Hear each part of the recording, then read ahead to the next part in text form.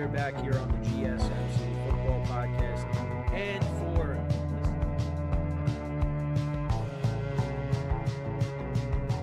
keep yourself in the loop of everything football on the Golden State Media Concepts Football Podcast. The latest news on and off the field, be it college football, Big Ten, SEC, Big 12, Pac-12, ACC to the NFL. We've got you covered. Listen to the Golden State Media Concepts Football Podcast.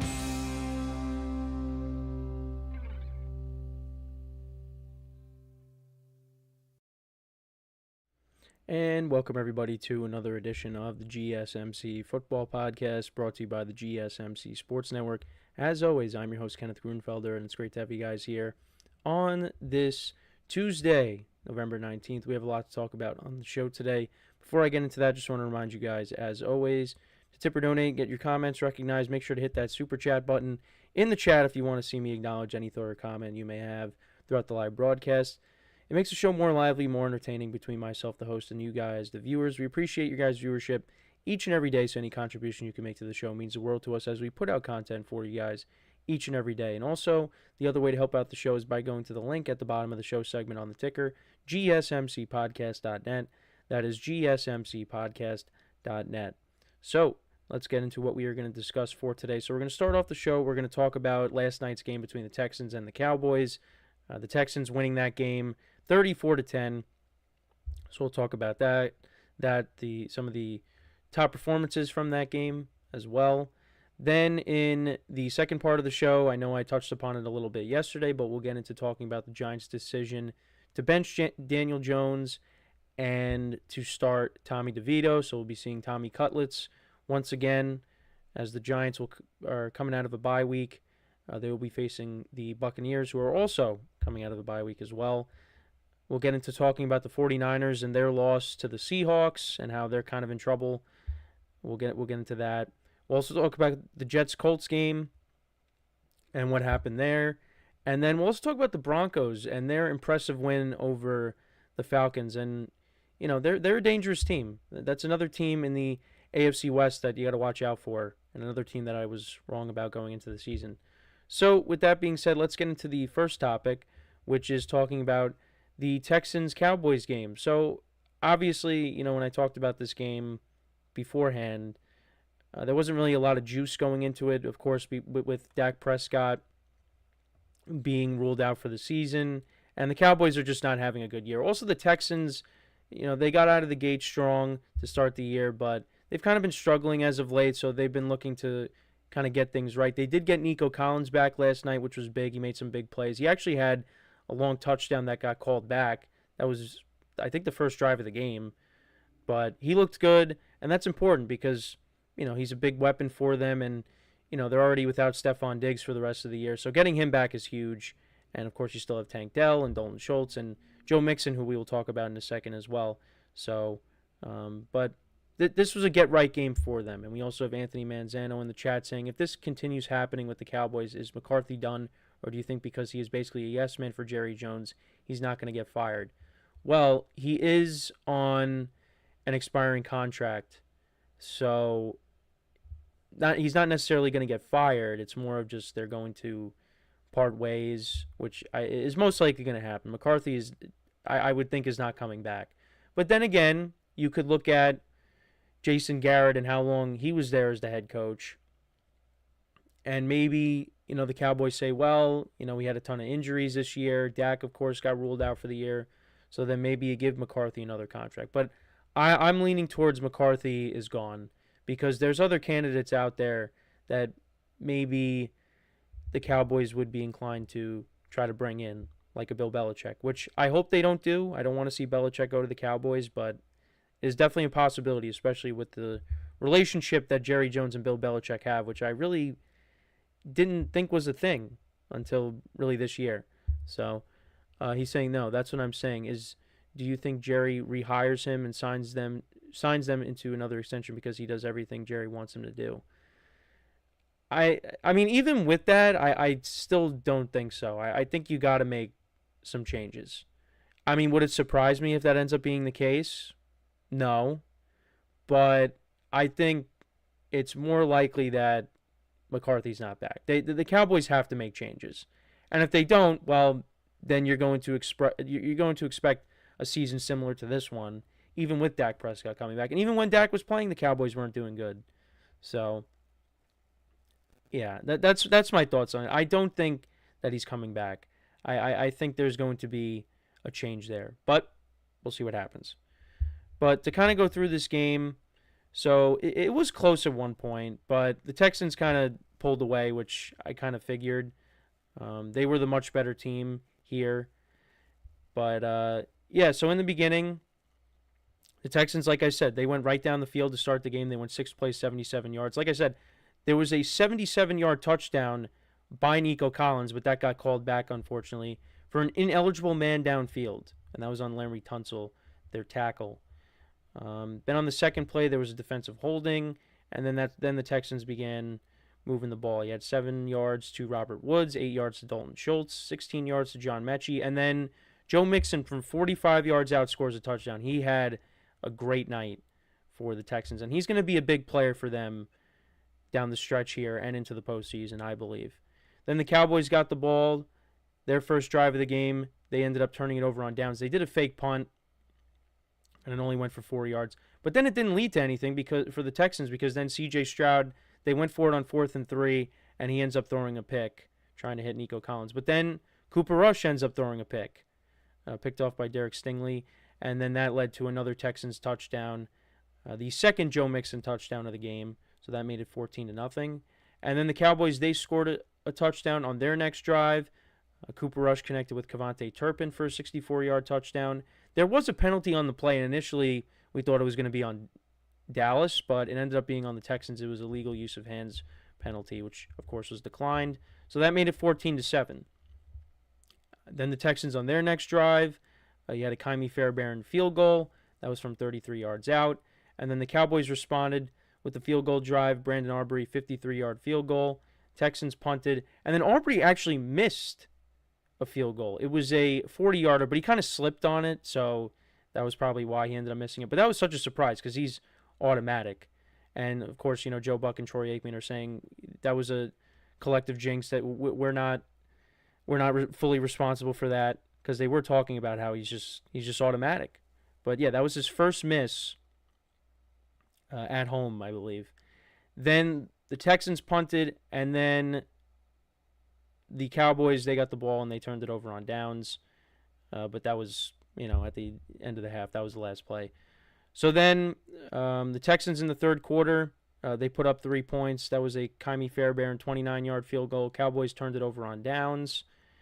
And then the Texans punted. Then the Cowboys fumbled. Cooper Rush ended up getting sacked and fumbled the ball. It was covered by Derek Barnett, the former Philadelphia Eagle. And that ended up being taken to the house. Actually, yeah, it was recovered by Barnett, and he scored from 28 yards out. So that made it 27-10. And then more punts. Cowboys turned it over on downs again. And then Joe Mixon once again scored from 1 yard out.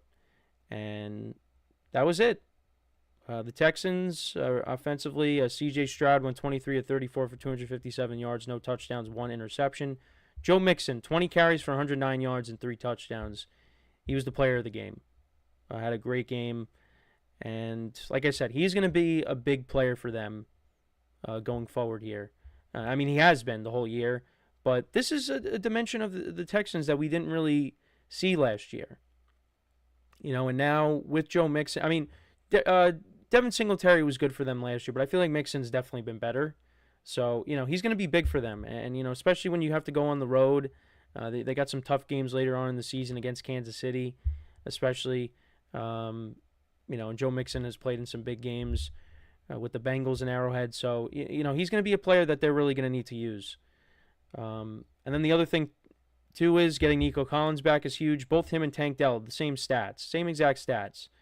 7 targets, 4 receptions for 54 yards. Mixon also had 2 receptions for 44 yards as well. Derek Stingley Jr. had a pick.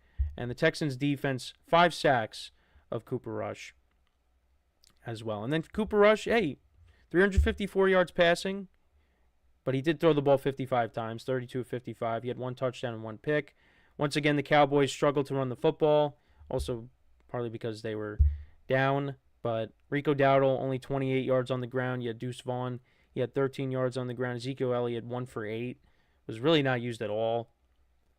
CeeDee Lamb had 8 receptions for 93 yards. Kevontae Turpin, 3 for 86 and a touchdown.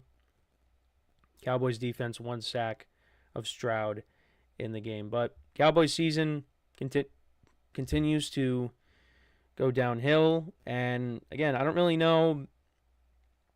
I mean, there are definitely games that they can win coming up on the schedule, but I mean, it would not be surprising if they just lost out. And again, I mean, if you win 3 games, I don't know how you bring back Mike McCarthy. But like I said, it could be, well, we had injuries, but still, I think there has to be changes with the Cowboys. And then as for the Texans, that was a get-right game for them, especially, coming off of that loss against the Lions where they should have won. This was a get-right game for them. And then, you got the Titans coming up at home. Divisional game, but I think they should win that. Then you're at Jacksonville, which, we'll see what happens there, another divisional game. And then you got that 3-game stretch out of the bye. You got the Dolphins at home, the Chiefs, and then you got the Ravens on Christmas. So it's going to be interesting down the stretch here. But the Texans right now, they're the 4 seed, and I feel like that's where they're going to stay. The Chiefs and the Bills are going to be battling it out for the 1, and then we'll see what happens with the Steelers. I'm still not guaranteeing them winning the AFC North yet. They are definitely going to make the playoffs, as it seems, but I'm not going to guarantee them the division just yet, because they do play the Ravens again. You got the Chiefs on the schedule. You also got the Eagles as well. So there's some tough games coming up for them. But, we'll see. But the Texans right now, it's either going to be the 4 or maybe you have that chance of moving up a spot. But they're going to make the playoffs. They're going to win the division. And, just because I said that, now I'm going to jinx them. But like I said, that was a get-right game for them. And, we'll see how they look down the stretch. I would like to see C.J. Stroud play a little bit better. I think, having Nico Collins back, if that touchdown doesn't get called back, his numbers look better, of course. But, yeah, we'll see we will see. But this is a good team. They got a good defense. So, C.J. Stroud, like I said, if he plays a little bit better, now you got Nico Collins back. They are a dangerous team, even with him not putting up massive numbers. So, but let me know what you guys think about this game. What were your takeaways from it? Let me know in the comments. So we are going to take our first break of the show. And then when we come back, we will discuss the Giants and the benching of Daniel Jones. Tommy DeVito will be starting going forward. So we'll get into that when we return. So with that being said, stick around, and we'll be right back here on the GSMC Football Podcast.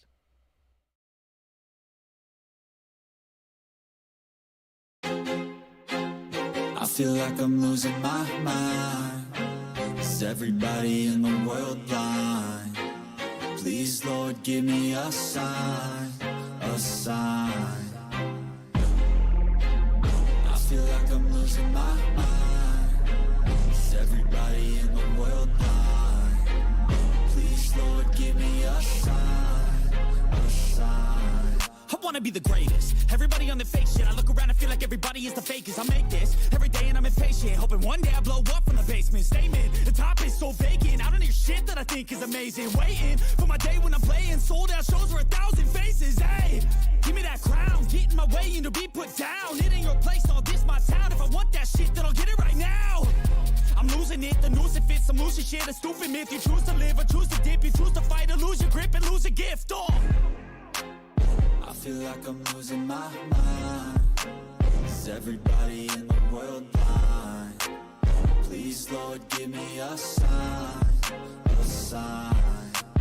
I feel like I'm losing my mind.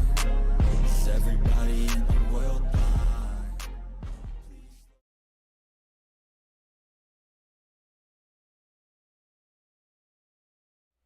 All right, and we are back here on the GSMC Football Podcast. And for the second part of the show, we are going to now get into talking about the Giants and their decision to bench Daniel Jones for Tommy DeVito. And I mean, I don't know if I want to say if I was a little bit surprised by it being Tommy DeVito, because I wondered how likely it was that Drew Lock was going to maybe get the start instead. But then again, it kind of makes sense, though, just because Tommy DeVito, was there last year, and, he won some games for them. So, I guess from that perspective, it does make sense. Now, I know there was a lot of talk of who made this decision. Did John Mara step in and say, hey, we want to start Tommy DeVito, give the fans something to be a little bit excited about? Because I think Tommy DeVito does provide more juice than, if Drew Lock is going to start towards the fan base. This provides more energy, if you want to say. So, we'll see what happens. But, yeah, this is it looks like this is the end of an era, and a very disappointing era, to say the least. I think Daniel Jones was given a bad rap. My friends and I like to joke around, but, on a serious note, the Giants did Daniel Jones wrong in the sense that he went through so many different head coaches and coordinators, and, the injuries. Well, him getting injured is not really the Giants' fault, but, there was a lot of changes that he had to go through, and they never really surrounded him. Now they kind of have. They gave him Malik Neighbors, but, he kind of regressed. It looked like he was starting to maybe come into his own after the playoff game against the Vikings, but then, the game against the Eagles the week after, that changed things, and then last year was a disaster. It looked like the Giants were starting to trend up a little bit. They were ahead of schedule, but they've regressed, and he's regressed. And I think one of the biggest things is from the injuries. The neck injuries, and of course the torn ACL last year. It's a lot of different things, but I don't believe that he ever should have been a Giant. They kind of liked him because, David Cutcliffe at Duke, worked with Eli, worked with Peyton, so they thought, all right, well, Daniel Jones has got to, maybe on that same path, since he worked with him, and it just didn't happen. I could tell early on, I never really fully bought into Daniel Jones. I tried, but I just never really saw a guy where I looked at him and said, yeah, this guy he's going to win a Super Bowl for the Giants. I just never really saw that. And I never really saw a guy that was going to become one of the top quarterbacks in the league.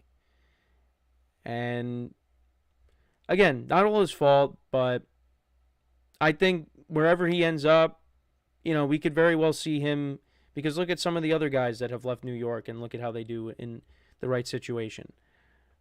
I could definitely see him going somewhere else, and then, out of nowhere, he just becomes successful. That would not surprise me. It's just not going to happen here. The Giants are an organization that they've been inept for so long.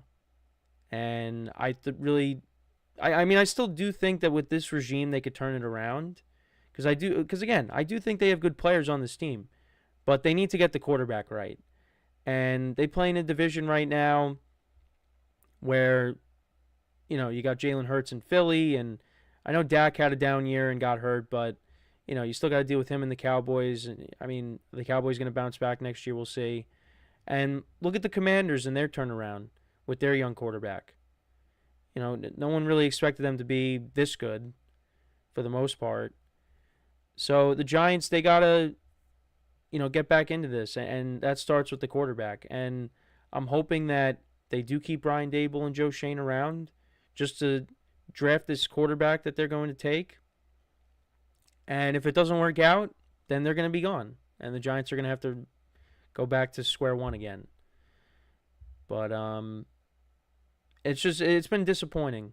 And unfortunately, that 2022 season set them back because that made them believe that, okay, maybe Daniel Jones, we can win with him.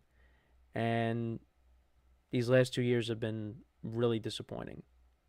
And it's not just him. It's a collective effort, but he is a big part of the reason why the Giants are in the position that they are in right now.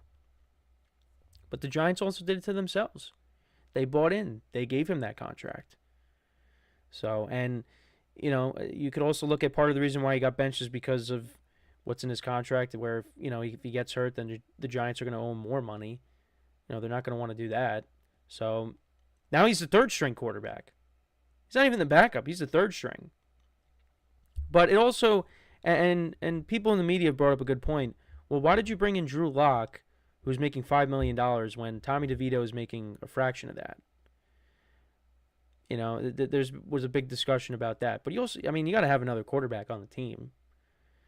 But you went with the guy that's making a lot less money than, Drew Lock.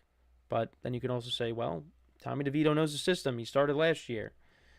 So the thing that Giant fans are worried about now is if Tommy DeVito wins some games like he did last year and that hurts their draft positioning, well, then what's going to happen?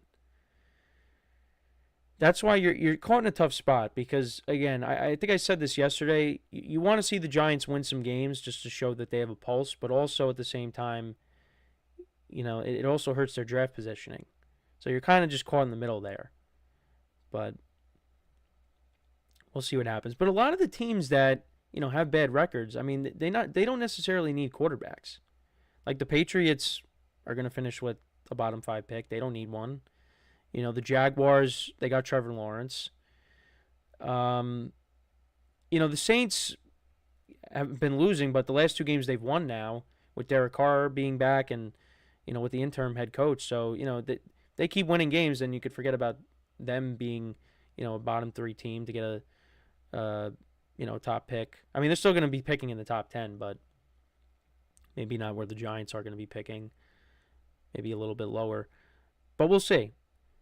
But I do wish Daniel Jones best of luck after this season, and hopefully, he could find another spot. There will definitely be a team that picks him up. It wouldn't surprise me if the Rams picked him up or something. I don't know. He has to go to a team where there's stability and, you got the right head coach in place. Because, again, look at, what Sam Darnold is doing with the Vikings. Kevin O'Connell is a very good offensive-minded head coach. Geno Smith going to Seattle and, backing up Russ for all those years. And then, he gets his opportunity with Pete Carroll as the head coach and, he does well. And we'll talk about him in the next segment. But, it takes some time, I guess, for some of these guys. And Geno got drafted in 2013 and, played, those few years with the Jets didn't really go so well and then was a backup for a long time, but then got his opportunity with the Seahawks a few years ago when Russ got hurt. And then the following year he was the full-time starter. And then you see Sam Darnold and him bouncing around and, now look at what he's doing. So maybe that's what's going to happen with Daniel Jones. Who knows? I think he just has to end up in the right situation. So, but this was the right move by the Giants. I know there's maybe some people that are a little conflicted about it because they're like, well, if we keep Daniel Jones in, that gives us a better chance to lose. By putting in Tommy DeVito now, it's like, okay, maybe they might back into a couple of wins. We'll see. They do play the Bucs this week, and look, I don't expect the Bucs to run away with it. But they are getting Mike Evans back. The Bucs are playing for the playoffs. They have to. They want to win these games, and especially when we talk about the Falcons who are struggling. The Bucs still have a chance to win that division because the Falcons that's a team I just cannot figure out. So they're confusing. But the Giants, look, they're just playing for pride at this point. And I'm hoping that next year, another draft, another good offseason, hopefully, you bring in more free agents. Maybe this team is better. Maybe with the rookie quarterback, they can take, the next step forward, and we can go from there. Because, again, you look at what the Commanders have done. I didn't think the Commanders were going to be good, partly because of their defense, but, the defense has been better than I expected, and Jaden Daniels has been really good. Although the last couple of weeks, he's been struggling, but partly because right now he's a little banged up. So, but when will it end for the Giants? It's just been so long since that last Super Bowl, and it's not even like, they've had a couple of years where they made the playoffs, of course, but in between all that, it's just been so bad. Them and the Jets are around the same for the worst records in football. The Jets went to 2 AFC championship games. The Giants went to, a couple of Super Bowls. And, since that time, these teams are just always at the bottom. When is it going to end? And we'll talk about the Jets a little bit later with their debacle against the Colts. But, yeah, New York football, it's been rough. It's been rough. But you could say, well, they play in New Jersey. The Bills are the only team that plays in New York. And look at what they're doing. It's true. It's true. But, yeah, that's kind of where we're at. But let me know what you guys think about this decision by the Giants. Do you think they made the right decision by benching Daniel Jones and starting Tommy DeVito? Do you think Drew Lock should be the starter? Let me know any opinion you have on this topic here. So before we go to break, I just want to remind you guys once again to tip or donate, get your comments recognized. Make sure to click that super chat button in the chat to create any thought or comment you want to see me acknowledge throughout the live broadcast. It makes the show more lively, more entertaining between myself, the host, and you guys, the viewers. We appreciate you guys' viewership each and every day, so any contribution you can make to the show means the world to us as we put out content for you guys each and every day. Also, the other way to help out the show is by going to the link at the bottom of the show segment on the ticker, GSMCpodcast.net. That is GSMCpodcast.net. So when we come back from our next break, we will discuss the 49ers' loss to the Seahawks and how the 49ers are, kind of getting a little repetitive here, but they might be in trouble. So we'll get into that when we come back from our next break. So with that being said, stick around, and we'll be right back here on the GSMC Football Podcast. Looking for your daily fix of sports talk without having to pay for it? GSMC Sports Network is available on YouTube. Just search GSMC Sports Network. Get your fix of daily sports talk shows on YouTube, absolutely free. NFL, college football, NBA, MLB, MMA, UFC, fantasy football, and so much more. GSMC Sports Network has shows running all day long, with new sports shows starting every 2 hours. Just like on your favorite cable sports channel, except GSMC Sports Network is absolutely free. Just search GSMC Sports Network on YouTube to catch one of your new favorite shows, like the GSMC College Football Podcast, Chip Shot Football Podcast, Hoops and Heels Women's Sports Podcast, GSMC Basketball Podcast, and so many more. Check it out for yourself. GSMC Sports Network, now available on YouTube absolutely free. Search GSMC Sports Network on YouTube right now.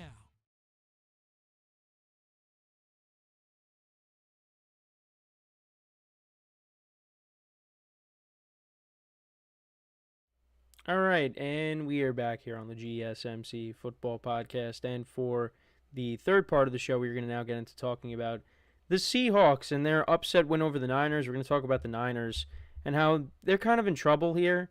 They are now in last place, I think again, in the NFC West. And again, I kept saying this is going to be the team that's going to make a run, but they end up losing. And I did, I was able to catch, some of that game. And, penalties were a problem in the game. Also injuries as well. So George Kittle was ruled out before the game. He was questionable going in, but then it came out that he was unlikely to play and that it was going to be an uphill battle, which was weird because, throughout the week it didn't seem like it was that big of a deal. But I guess, there was a setback, and then he ended up not playing. So they missed him in this game. He's had a great year when he has played, and that's a big target to take out of this offense, and they definitely missed him. Christian McCaffrey is still working his way back, so, he didn't have a monster game here. Brock Purdy did go to Juwan Jennings a lot. Juwan Jennings has been good when he's played. Deebo Samuel is relatively quiet. same thing for Ricky Pearsall. But the defense, I mean, it's a problem, and it's partly because of injuries. Nick Bosa was dealing with a hip injury, and he did play in this game, but then he just couldn't deal with the pain, and he was off the field, in that fourth quarter, and they really missed him because the Seahawks carved them up, and they won the game. Geno Smith, didn't have a monster game, but listen, he put together that final drive, and he scrambled for that go-ahead touchdown, and the Seahawks picked up a huge win to get themselves back to 500. They're 5-5. Everybody in that division, other than the Cardinals who are in first place, everyone's 5-5 right now. And it's really going to be interesting to see how that division plays out the rest of the way here. But you wouldn't have thought the 49ers were going to be in last place. I mean, they're tied with two other teams with the same record, but those teams have the tiebreakers over the Niners. That's why they're in last place. They've lost to every single team in their division this year. They lost to the Rams. They lost to the Cardinals. They just can't hold on to leads. That's been their biggest problem. And if you're able to do that, you're 8-2 right now. The Rams, they were up by a couple of scores. The Rams outscored them 13-3 in the fourth quarter. And then against the Cardinals, you had the Cardinals go down the field. They outscored the Niners in the second half 14-0. They win that game. And then this game here, you get outscored 14-10 in the second half. I mean, this was a little bit of a back and forth game, but you thought and the other thing too is 2 of these 3 games are at home. And also, I mean, with the Rams though, they don't have a home field advantage, so you had Niners fans take over that stadium and you lose that game. Can't be losing these games. But that's what's happened. And right now they are in last place technically. So let's kind of go through it. So the Seahawks, the Niners got the ball to start the game. They went 3 and out pretty quickly. Then the Seahawks put together a nice drive, 9 plays, 44 yards, and that led to a Jason Myers 52-yard field goal. Then the Niners answered with a long drive, 12 plays, 71 yards, 8 minutes of time of possession, and Brock Purdy scrambles from 10 yards out to score, and that put them up 7-3. Seahawks then punted. Then Brock Purdy ends up throwing a pick, trying to hit Christian McCaffrey. It got deflected. It got picked off by Jonathan Hankins, who I didn't realize is still playing. That was a guy that used to play for the Giants. He's still playing. And then that led to a Seahawks field goal, a Jason Myers 57-yard field goal, then more punts. So it was 7-6 at the half. Then the 49ers, or the Seahawks, opened up the second half with the ball, and Geno ends up throwing a pick. And that led to a Niners field goal. Yeah, a couple of penalties on this play. You had a holding on the Niners. You also had an illegal formation. Again, more illegal formation penalties. But, that eventually led to a Jake Moody field goal, so that put them up 10-6. But then the Seahawks put together a touchdown drive. They went 11 plays, 70 yards. And that led to a Kenneth Walker 1-yard touchdown. And then the Niners put together almost a 9-minute drive. Down the field they go. And that led to a Brock Purdy to Juwan Jennings 3-yard touchdown. And that made it 17-13. Then the Seahawks got the ball. They turned it over on downs. They went for it on 4th and 1, and Charbonnet didn't get it. But then the Niners didn't do anything with the ball. They ended up punting. And then the Seahawks got the ball, and they went 11 plays, 80 yards. They went right down the field. And Geno Smith scrambled from 13 yards out. Had another scramble in this game as well. Before that, it was for 16 yards. And then the Niners just didn't have enough time to do anything. And yeah, that was the game. Geno Smith, he went 25 of 32 for 221 yards, no touchdowns and a pick. Kenneth Walker, 14 carries for 54 yards and a touchdown. Geno Smith had 4 carries for 29 yards and a touchdown. Jackson Smith and Jigba, he's been productive for them this year. 10 receptions for 110 yards. DK Metcalf, 7 catches for 70 yards. Hankins had an interception. 2 sacks by the Seahawks defense. And then for the Niners, Brock Purdy, 21 of 28, 159 yards, 1 touchdown and a pick. It was not great. Christian McCaffrey had 19 carries for 79 yards. Purdy had a rushing touchdown. Juwan Jennings, 10 receptions for 91 yards and a touchdown. McCaffrey, 4 for 27. Deebo Samuel, 4 for 22. Pearsall, 2 targets, no receptions. Niners defense had 4 sacks in the game. Nick Bosa had 1.5 sacks in the game, but like I said, was banged up here. Could not finish the game. And the Niners dropped to 5-5, and you got the Packers and the Bills back-to-back road games the next 2 weeks. Those are tough games. Hopefully they get George Kittle back. I don't know what the status is going to be for Nick Bosa, but this is a team that's banged up and is searching for answers. And yeah, I don't know. I mean, it's hard for me to see the Niners miss the playoffs, but it could happen because this is a team that just continues to blow leads. And now you got, 2 tough opponents coming up on the schedule, both road games. I mean, it's hard for me. I think the Niners will find a way to maybe, at least split and go 6-6, but it's going to be tough. It's going to be really tough. And also Brock Purdy is on the injury report. Right now he's dealing with a little bit of shoulder soreness, but it doesn't seem like that's going to be too serious. But still, I mean, it's just injuries have hurt them, and this is what hurt them during the COVID season. Now, COVID season was a little bit different, because I think by this point the Niners were pretty much out of it. The Niners are still in it. They can still win the division. And it's not like you have a ton of guys that are out for the season. There are guys that are going to come back. Brandon Ayuk is the major piece on offense that's out for the season, but you got Pearsall back, you got Deebo Samuel back, Juwan Jennings is back, you hope to get George Kittle back next week, McCaffrey's back, so, they could still figure this out, but, they got to do this soon, because you're neck and neck with everybody in your division, and, right now, the Cardinals are in first place. So, they have an opportunity to take them down when they play them in Arizona soon. But, they got to start winning games. But this is just not the same team that it was last year. And I don't know if it's going to get better.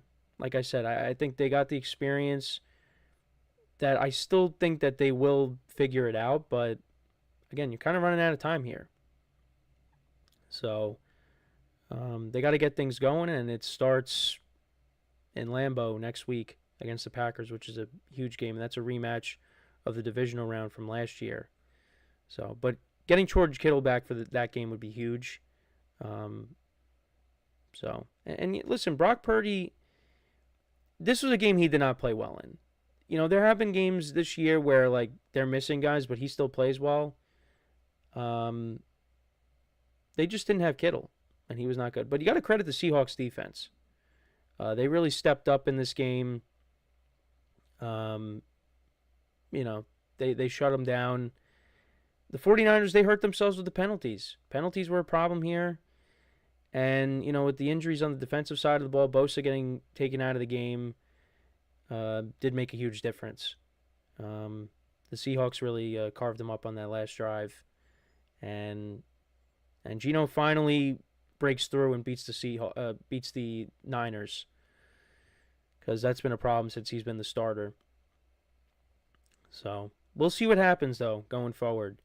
But I still, the 49ers, I still have some faith in. There's teams that that I had doing well this year that we'll talk about one of them in the next segment that I'm just it's over. But the Niners, I think, could still turn this around, and it's not like. Again, it's not like they're out of it. They're 5-5. You're a game behind the Cardinals in the division. You have an opportunity to play them and beat them. So, get George Kittle back. Hopefully, get guys healthy on defense, and you go from there. But the other thing, too, is McCaffrey's still trying to get himself back into the swing of things. So, as he gets more in tune again, you're going to rely on him. And hopefully he has some of those Christian McCaffrey games down the stretch where he just goes off.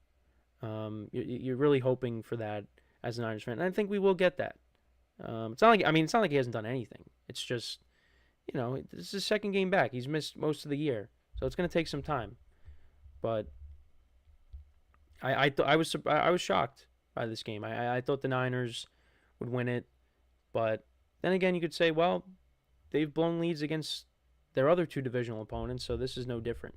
But this is a team that they've owned. They own the Seahawks, and this was the Seahawks' first win since Russell Wilson was the starter.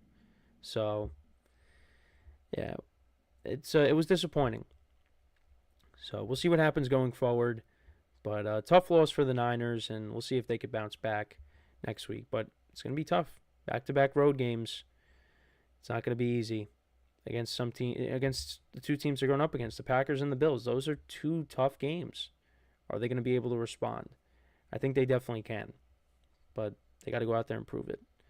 But let me know what you guys think about this game. What were your takeaways from it? Let me know in the comments. Again, a gutsy win by the Seahawks. They've been a weird team this year, too. You start off 3-0, then you lose your next three. They've been a weird team. But they're not out of it either. And they got a good roster. The Seahawks have a good roster. It's just the Niners have owned them. And I thought that it was going to be the case here, but no, the Niners just couldn't really get anything going offensively, and the defense, struggled at the end there. So, but credit to them for the win. So we're going to take our next break, and then when we come back, we'll talk about the Jets and their most recent loss to the Indianapolis Colts. So make sure to stick around, and we'll be right back here on the GSMC Football Podcast.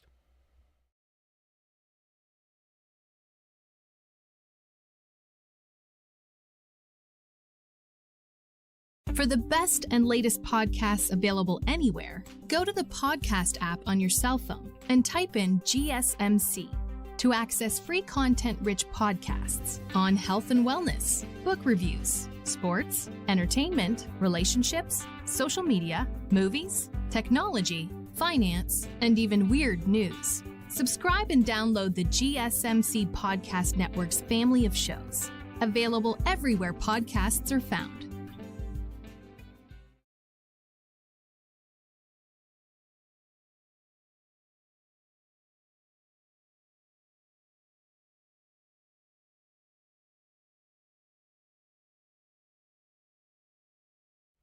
All right, and we are back here on the GSMC Football Podcast, and for the fourth part of the show, we are going to now get into talking about the Jets and their most recent loss to the Indianapolis Colts.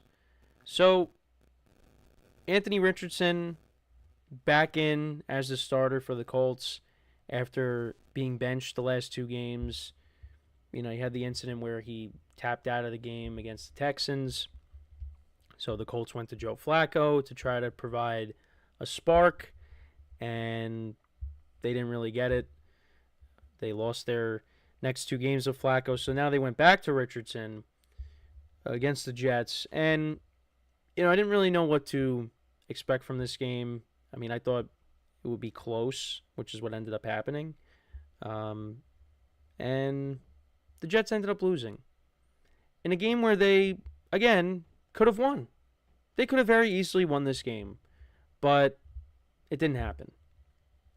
And it kind of went similar to the Texans game, except they won against the Texans, where the Jets offense just couldn't get anything going. I think they didn't pick up a first down until the 2-minute warning in the first half, or close to the end of the first half, really. And it's more of the same. This was one of those games where the Jets, either took the lead or, extended the lead, and then the defense just lets the opposing offense go right down the field and score a touchdown to win the game. And that's what happened.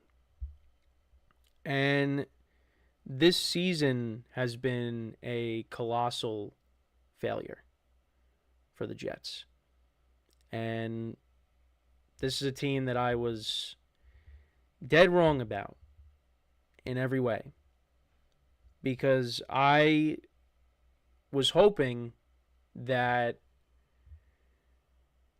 they would be a playoff team. I picked them to win their division. And not only are they not going to win the division, they're not going to make the playoffs. They're not going to finish in second. Might finish in third. But they could even finish in last place in the AFC East. That's how bad it is. It has been horrible. And I'm really, again, this is another situation where I really want to see what happens at the end of the year. What are they going to do? Is Aaron Rodgers coming back? What are they going to do with this team? I mean, you got Jet fans saying that they would trade Sauce Gardner or Ahmed Gardner. That they would take, they would trade whoever and start over. Draft a quarterback, start over. Let Rodgers go. Joe Douglas is gone. Start fresh. I don't know. I really don't know what's going to happen. But we'll have to wait and see. But we still got some time to go. We still got another full month of football left, regular season football, before we, see what ends up happening. But anyways, let's kind of go through it. So, yeah, the Jets, a lot of punts. A lot of punts in the first half. You had the Colts go down the field and score the first points of the game on their first drive. They went 9 plays, 57 yards. You had a Matt Gay 41-yard field goal. More punts. Then the Colts went up 10-0. I thought that the Jets were going to get blown out at this point. Anthony Richardson from 2 yards out scores a touchdown. And then we go to the second quarter. The Jets turned it over on downs. They went for it on 4th and 1 from their own 39. And they did. I don't know why teams are doing this. I mean, sometimes, there were times it works. But they had a direct snap to Tyler Conklin on 4th and 1, and he doesn't pick it up. And then that turned into another Matt Gay field goal. This was a 47-yarder. More punts. Then the Jets actually got on the board. Aaron Rodgers connected with Breece Hall for a 29-yard touchdown, and that made it 13-7. Then the Colts turned it over on downs, and that was the end of the first half. Then Jets get off to a good start. The Colts get the ball, and then they sack Anthony Richardson. He loses the ball. It's recovered by Javon Kinlaw, and then that leads to another Breece Hall touchdown from 18 yards out. Then the Colts take back the lead. Matt Gay kicks a 56-yard field goal, so he had a really good game. Then a couple of punts. Then the Jets answer. You had an Anders Carlson 58-yard field goal, the former Packer. So that made it 17-16. Then a punt by the Colts. And then the Jets went up by 8. They put together a 6-play, 59-yard drive. 24 yards to Devontae Adams on this drive. Another 16 by Breece Hall. And then Rodgers connects with Yeboah for an 11-yard touchdown. So that made it 24-16. And you thought, okay, maybe the Jets could pull this off. Then the Colts score a touchdown on their next drive. They go 8 plays, 70 yards. Anthony Richardson connects with Josh Downs for a 10-yard touchdown. They go for 2. They don't get it. And then this is what a lot of people are talking about. The Jets, they do kick a field goal on their next drive. They went 13 plays, 53 yards. Burned a lot of clock. But it was 4th and 2. And originally, the Jets looked like maybe they were going to go for it. But then they ended up electing to go for the field goal. And a lot of people are saying, and Rodgers was talking about it, how, there was some miscommunication, that he wanted to go for it, but I guess he was saying it wasn't his call. But, if you wanted to go for it, go for it. Why are you electing to go for the field goal then? Go for it. But they didn't, and then what ends up happening? The Colts go right down the field. 6 plays, 70 yards, 39 yards to Alec Pierce. Another 17 to Josh Downs, and then eventually they get down to 3rd and goal from the Jets 4, and Anthony Richardson scores from 4 yards out. They go for 2. They don't get it. Jets get the ball. Rodgers fumbles on the first play, but Tyler Conklin gets the ball. Then there was a penalty, and then there was another sack of Rodgers to end the game, and that was it. Jets lose 28-27. Colts improved to 5-6 on the season. Jets dropped to 3-8. Rodgers went 22 of 29 for 184 yards, 2 touchdowns, no interceptions. Breece Hall, 16 carries for 78 yards and a touchdown. Devontae Adams, 6 for 72. Garrett Wilson only had 4 receptions for 18 yards. The Jets defense, 2 sacks of Anthony Richardson. As for Anthony Richardson, had a good game. He had 2 rushing touchdowns. He went 20 of 30 for 272 yards, a touchdown, and no picks. Jonathan Taylor at 57 yards on the ground. Josh Downs, 5 receptions for 84 yards and a touchdown. The Colts have some good young receivers on this team. A.D. Mitchell had 1 catch for 33 yards, but he looks like he's going to be a good player. Alec Pierce has had a good year, 3 receptions for 74 yards in this game. You paid Michael Pittman, who hasn't been great, but you got him. You got Josh Downs. So, you got to like the Colts pass catchers. Richardson had a couple of fumbles. He lost one, and the Colts defense, 3 sacks on the day. But, yeah, they improved to 5-6. They're not out of it by any means. And it looks like maybe that time off did help Anthony Richardson. So, and then as for the Jets, the bye week comes at a great time. And then when they come out of it, you got the Dolphins twice. You got the Seahawks right out of the bye, who we just talked about. You got the Dolphins twice, the Jags, the Rams, and the Bills in Buffalo. So the Jets are looking at maybe like 11 or 12 losses on the year. And wouldn't surprise me if they lose the rest of their games. It's just, when they were 2-1, you had to feel really good. The defense looked good. Rodgers played well, even though it was against the Patriots. You thought they were going to start, trending up. And ever since that Denver game, it just went downhill. It went downhill. And they have not recovered. And, then they get rid of Robert Saleh. And, look, Robert Saleh was not a good head coach. But the timing of it looks really bad right now. They should have just finished out the year with him and then let him go after. Because Jeff Ulbrich, it's not his fault either. He got thrown into it. He's not a head coach. And, when you got to do a presentation on tackling, it's not a good sign. And I still don't know what happened to this Jets defense. What really surprises me is the Jets defense and how bad it is this year. The run defense has been horrendous. They can't tackle, like I just mentioned. Guys just regressed. I don't. There were a couple of guys that they let go or traded this offseason. Maybe you shouldn't have let those guys go. It's just, I don't know what happened. And also, with the offense, Aaron Rodgers does not throw the ball down the field. It's a lot of checkdowns. It's Tom Brady from 2022. That's what it is. That's what it is. It's a lot of checkdowns. He's not throwing the ball deep. And I don't think it's because he can't throw it deep. It's just he doesn't want to get hit. And that's why he's got to get rid of the ball quickly. And I don't really know what the Jets are going to do. Is he going to come back? Pretty much every Jet fan that I'm around says they don't want him back. So, we'll see what ends up happening if they're able to get out of it. But this really was a colossal failure. And there's a lot of blame to go around. It's not one individual. It's not just on Rodgers. It's on the Jets as well. It's a collective blame. But, he hasn't been great this year. But, again, there's a lot of other components of this team that haven't been great either. The defense, the coaching. And I agree, though, with the fact that if they actually had a good head coach in place, some of these close games, like this game the other day, they don't lose that game. They don't lose that game. They win that game. They maybe win the game against Buffalo.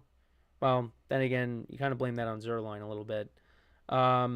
Against the Patriots, you probably win that game. At least if you take the Patriots game and this game, the Jets are 5-6. And, they're still in it. If they had a competent head coach and, if Greg Zerline was the Greg Zerline of last year, the Jets would be right in it. But they're not. Even with Aaron Rodgers playing the way he is. And that's the thing.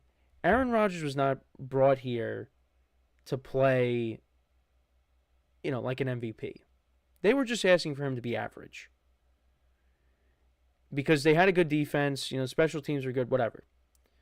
But now he's playing below average, or even though his numbers aren't terrible. Like, if you looked at his numbers, they really aren't that bad. It's just, but when you watch the games, it's a lot of checkdowns. It's just not, there's no deep ball. He can't extend the play anymore. He can't run around. And that's what made him special. Part of what made him special. Because he can throw from the pocket. It's just, a lot of times, he'd have to scramble around and throw on the run and throw these darts, and he just can't do it anymore on a consistent basis. Well, throwing those darts. I mean, obviously he can't really extend the play like he used to, but, he still has, there is still something there. It's just, it's not on a consistent basis. And it's just a lost year. This is going to go down as his worst year ever.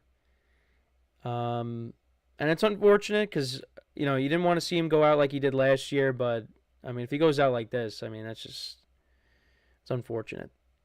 But this is what happened, And I don't know what's going to happen. I don't know what the Jets are going to do. But there's definitely going to be some changes that need to be made. And Rodgers being let go, regardless of what happens, that's going to be part of those changes. Because I don't know how you can go through another year of this. Now, if you draft a quarterback and you let him sit behind Rodgers, okay, that kind of makes sense. But he's going to want to buy into that. I don't know. It's just unfortunate because I wanted to see him have a good year and the Jets do well, but I basically got a pie thrown in my face, thinking that it was going to be possible. Well, the other thing too is, like I said, I got engulfed by the storm and spit out. So, but if Rodgers does come back next year, we'll see. If that does happen, and depending on what they do at head coach, I don't know. But either way, I'm not going to be high on the Jets if they bring in a good head coach and Rodgers comes back and they can fix the offensive line. I'm going to have to temper my expectations a little bit because another year like this could happen. But again, that's down the line. We're talking about hypotheticals. We got to see what happens first, and then we go from there. But right now, this season has been an absolute disaster for the Jets. So I was wrong about him. I was wrong. So we're going to take our final break of the show. Again, let me know what you guys think about this game or your takeaways from it. When we come back, we'll actually talk about a surprise team, another team I was wrong about, and that was the Denver Broncos. So we'll talk about them and their win over the Falcons. So with that being said, stick around, and we'll be right back here on the GSMC Football Podcast.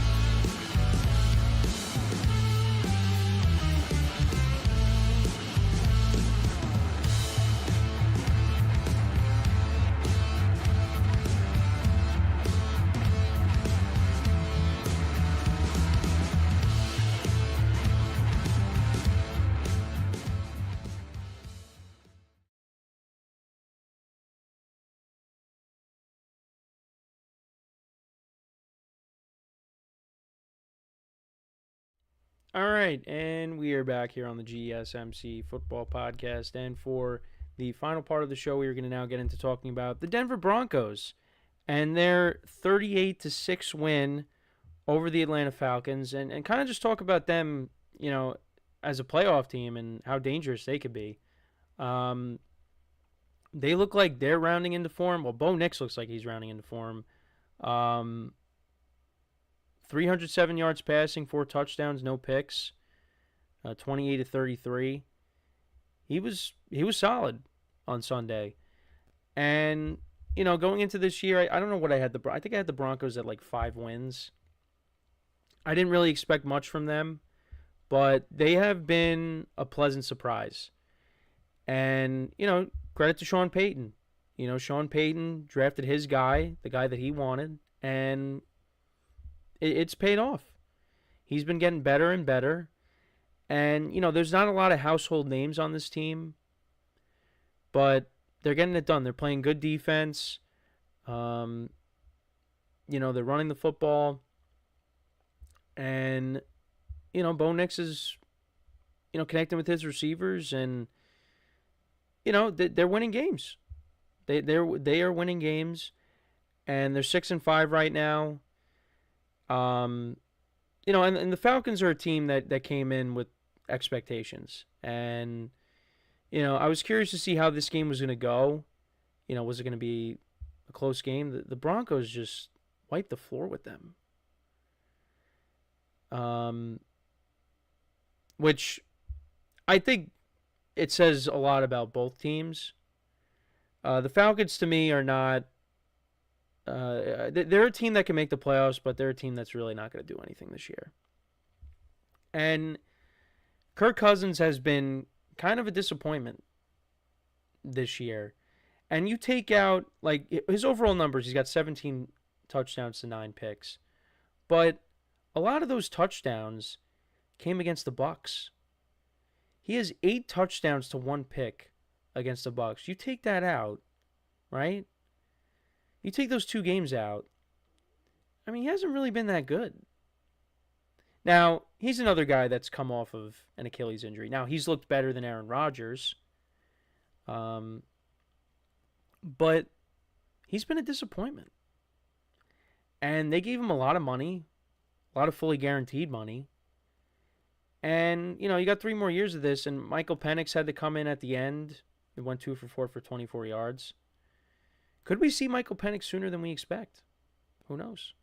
But the Falcons just could not get anything going in this game. They got shut out in the second half. And they only scored 2 field goals in this game. So, and look, they still, they're still in a good position to win this division, but out of the bye, you got the Chargers and then the Vikings. The Bucs could get themselves back in it. Despite all the injuries that they have dealt with, they can get back in this, and, if the Falcons aren't careful, they can end up losing this division, and the Bucs could overtake them, and it would be a disappointing year for the Falcons. Because every week it just seems like there were times this year where you look at it and you're like, all right, this is where they're figuring it out. And then they just take a step back. Like they had a 3-game winning streak. You lose by 3 scores to the Seahawks. Then you win back-to-back games against the Falcons, or against the Buccaneers, and then against the Cowboys. And then now you've lost your last 2 games on the road. I mean, maybe the bye week helps them, and they come out of the bye and they look like a different team. That's possible, but yeah, not looking good. Not looking good right now. But to kind of go through the game, Broncos, I mean, their first drive of the game, they went 9 plays, 70 yards down the field. And Bo Nix connected with Akins for a 12-yard touchdown. And then the Falcons put together a 9-minute drive. They went down the field. Younghoe Koo kicked a 41-yard field goal. So, they answered with a field goal. And, you thought, okay, let's see what happens here. And then you had a couple of punts. But then the Broncos responded with another touchdown. And that was a Javonte Williams 14-yard touchdown. Falcons then responded with another field goal, 51-yarder from Younghoe Koo. And then the Broncos responded with yet another touchdown. Bo Nix connecting with Marvin Mims. So that made it 21-6. And then the Falcons could not get into field goal range at the end of the half. So it was 21-6. Then another punt by the Falcons to start off the second half, which led to another Broncos touchdown. Bo Nix to Troy Franklin. Kirk Cousins ends up getting picked off. A couple more punts. Broncos then kick a field goal. Will Lutz 45-yard field goal. And then in the fourth quarter, they scored another touchdown. A little Jordan Humphrey from 41 yards out scores from Bo Nix. Pass from Bo Nix. And, yeah, 38-6 is the final score. Kirk Cousins, 18-27 for 173 yards. No touchdowns and a pick. Didn't finish the game, like I said. Michael Penix came in. Bijan Robinson, 35 yards on the ground. Drake London, three receptions for 61 yards. Ray-Ray McCloud had 6 for 46. Bijan Robinson, 4 for 28. Darnell Mooney dealt with the hamstring injury. He left the game early, but it doesn't appear to be too serious. Kyle Pitts, only 1 catch for 9 yards. The Falcons' defense had 1 sack in the game. Bo Nix, like I said, 28-33, 307 yards passing, 4 touchdowns, no interceptions. The Broncos ran the ball for 105 yards. You had 59 yards on the ground from Javonte Williams and a touchdown. You also had Jaleel McLaughlin. He had 19 rushing yards in the game. Cortland Sutton, he continues to have a good season, 7 receptions for 78 yards. Devon Vele, 4 for 66. Little Jordan Humphrey, 4 for 52 and a touchdown. Marvin Mims, 2 for 49 and a touchdown. He's been getting more involved in recent weeks. Troy Franklin had 2 for 15 and a touchdown. Nate Akins, 1 for 12 and a touchdown. Broncos defense, 4 sacks in this game. But yeah, they're 6-5. You know, it's unfortunate they lost to the Chiefs. That's a game they could have won. But look, they've been looking better. And you got the Raiders coming up. Then you got the Browns at home. So those are winnable games coming up. So they could really, separate themselves from the pack in that wild card race with some of these games coming up. They're in a good spot right now. They're 2 games up on the Colts, 2.5 games up on the Dolphins, 3 games up on the Bengals. They do play the Bengals later in the year. So I like the Broncos' chances to make the playoffs right now. Bo Nix continues to play this way. You know, the defense continues to play well. You got to like the direction that they're heading in. And this can be a dangerous team in the playoffs. You saw what they did when they went on the road against the Chiefs and Arrowhead. That's a game they could have won. But yeah, I know when they went up against the Ravens that didn't go well. But you never know if the Broncos see them again. Maybe that game goes a little bit differently. And Bo Nix continues to, gain confidence, and that's what you need. And you got the experienced head coach in Sean Payton, who's been there and won a lot of big games, has won a Super Bowl before. So the Broncos are heading in the right direction. And maybe they're a year away. Maybe they don't do that much this year if they get to the playoffs. But, next year, another draft and free agency, and, this team is going to be a problem. This AFC West is, other than the Raiders, you got the Chargers with Harbaugh and turning them around. They look like they're going to make the playoffs. The Broncos look like they're going to make the playoffs. I mean, I didn't expect this. I didn't expect 3 AFC West teams making the playoffs. So Chiefs might have some problems. And both teams in their games so far, both matchups, the Chargers early on in the year, they only lost by 7. And the Broncos would have beat them if it wasn't for a blocked field goal.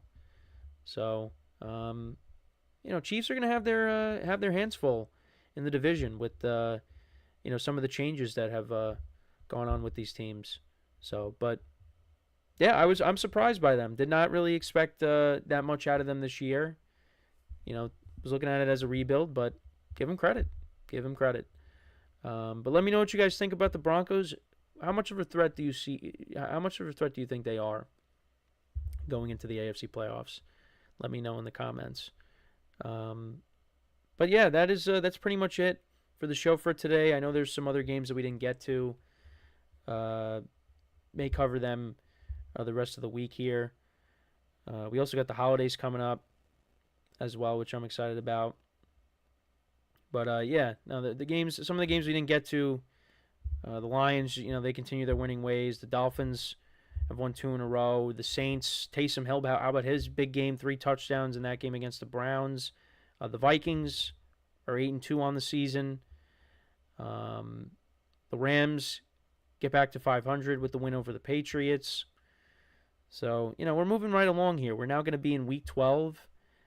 We start off with the Browns and the Steelers. So that'll be how we kick things off here to start Week 12, and then we go from there. But we're approaching the end of the regular season. We're coming up on that. It'll be here before we know it, and just got to enjoy the football that we have here. And also, the college football playoff will be around the corner soon. So that'll be exciting to see how that new format works. But yeah, it's look, it always goes fast, so you just got to enjoy it. But yeah, once you start getting to Thanksgiving and then Christmas after that, that's when you're really nearing the end here. So, but there's still a lot of things that need to be decided. Nothing is set in stone yet. When it comes to maybe home field advantage and some divisions, there's a lot of things that still are going to be decided down the stretch here. And there's a lot of close divisional races here, and we'll make sure to cover all of it. So, but I appreciate you guys tuning in today. Make sure to check out all the other shows, like I always say. Give the other shows some love. And make sure to leave a like, comment, and subscribe to the video. Greatly appreciate that. And, yeah, of course, same time tomorrow. We'll talk about, I'll make sure to do my power rankings. We'll talk about that and some other stuff as well that may come out. Maybe I'll talk about some of the other games that happened this weekend. But yeah, that's pretty much it. As always, I am your host, Kenneth Gruenfelder, signing off from the GSMC Football Podcast, brought to you by the GSMC Sports Network. Have a good day, and I will talk to you guys tomorrow. Take care.